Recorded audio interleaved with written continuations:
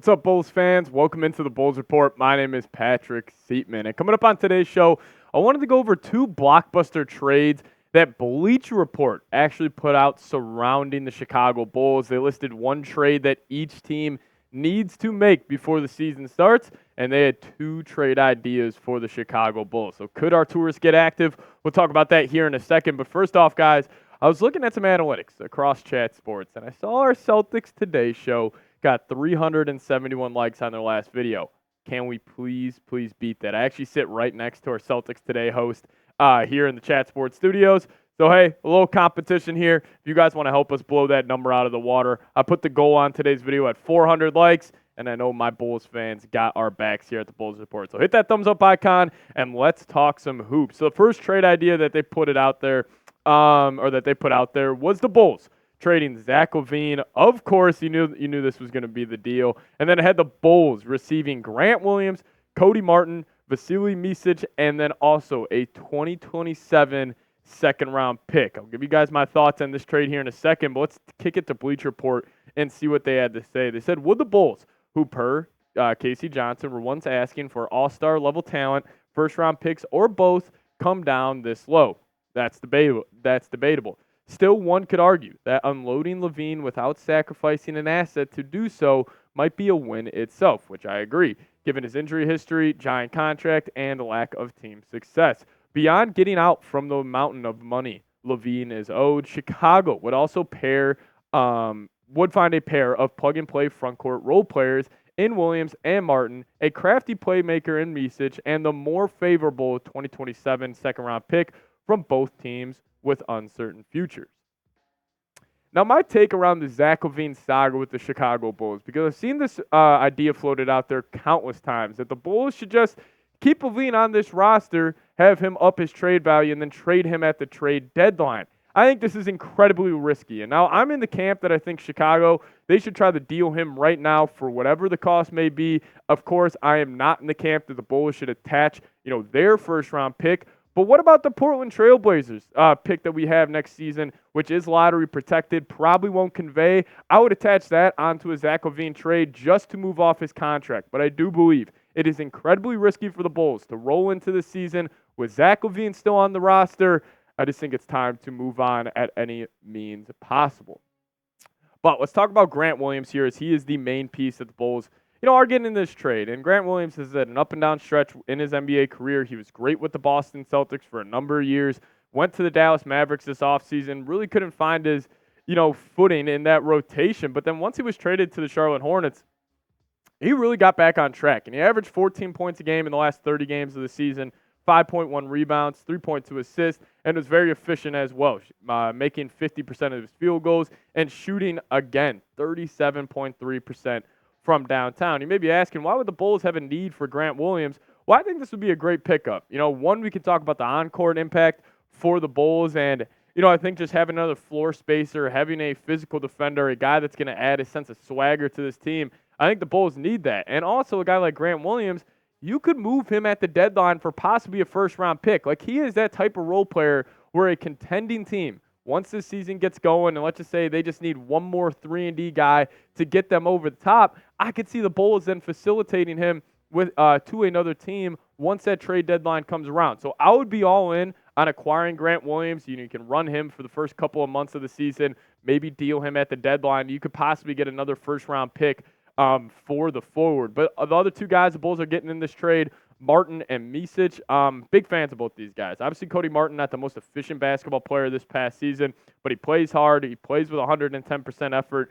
And I would like him on the Bulls as, he could be a guy you could delegate at the trade deadline to another team as just, a guy off the bench who's going to come in, play really hard defense, and just, give it his all out there on the court. But a guy I actually like a lot is Micić.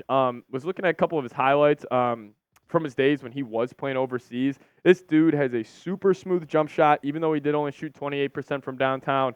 I just think that had to do more with the Hornets' offense and just him not really getting a ton of open looks from the three-point department. But, shot 43% this past season, averaged 7 points per game and 4.5 assists. I thought he had a great year for the Hornets, and I think he could be a really strong backup guard option behind Josh Giddey, even though I would prefer to have a different archetype of guard, as Micic and Giddey are very similar, but he's a winning basketball player, and I think he would be a great pickup for the Bulls. And listen, you may be saying, why would the Hornets want LaVine whatsoever? Well, I actually like what the Hornets did this offseason, and you can make the argument where a starting three at the 1, 2, and 3 spot on your unit of LaMelo Ball, Zach LaVine, Brandon Miller, you got Mark Williams at the 5. Like, that Hornets team could contend for the play-in. And, I think when we talk about the Zach LaVine saga right now with the Bulls, like, we need to consider the fact that I have no idea what type of team is going to trade for LaVine. Like, could it be a team like the Hornets or Pistons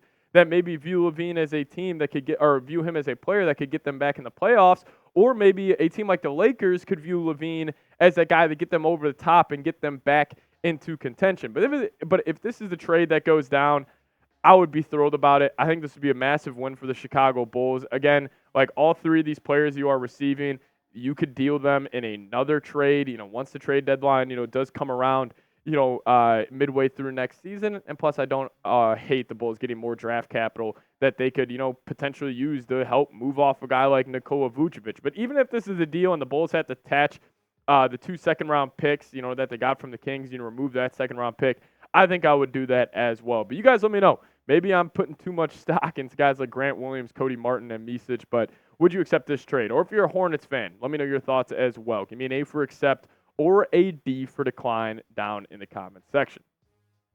Now, the next trade that Bleacher Report floated out, and this was for the Minnesota Timberwolves, and they had the Timberwolves trading for Tory Craig, and the Bulls would receive Leonard Miller. Now, I'll say this would be an absolute fleece by the Chicago Bulls. If they could somehow pull this off, like, I would be jumping for joy here on the channel. Main reason, I'm a huge fan of Leonard Miller, super athletic, has all types of potential.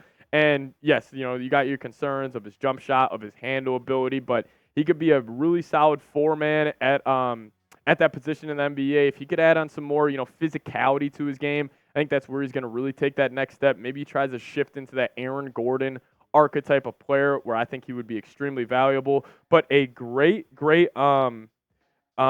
just a great play finisher, great athlete. And the Bulls could just get another young guy who has already seen some development, in the G League this past season and playing, obviously in very limited action with the Timberwolves. I think this would be a fleece by the Bulls, but why would the Timberwolves even considering trading Leonard Miller for Tory Craig? This is what Bleacher Report had to say. The Timberwolves have some of the league's best top-end talent around.